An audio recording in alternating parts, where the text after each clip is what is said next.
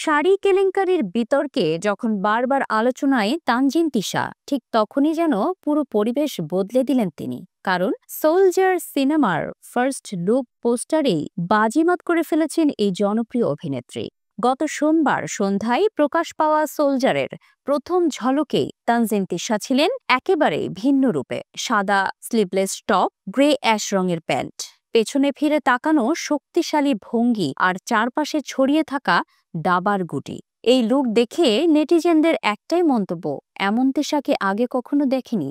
হাতে ক্যামেরা আর চারপাশে ছড়ানো দাবার গুটি দেখে অনেকেই ধারণা করছেন তানজিন তিশার চরিত্রটি হতে যাচ্ছে নির্ভীক, কৌশলী ও অত্যন্ত বুদ্ধিমান।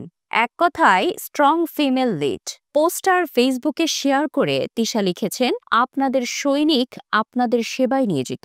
এই এক লাইনেই ভক্তদের উচ্ছ্বাস আরও বেড়ে যায়। কমেন্ট সেকশন ভরে যায় প্রশংসায়। সোলজার সিনেমায় তানজিন তিশার বিপরীতে রয়েছেন সাকিব খান, যা নিয়েই অনেকেই প্রত্যাশা আকাশ ছোঁয়া। এছাড়া অভিনয় করেছেন তারিক আনাম খান, তৌকির আহমেদ, ঐশী সহ আরও অনেকে।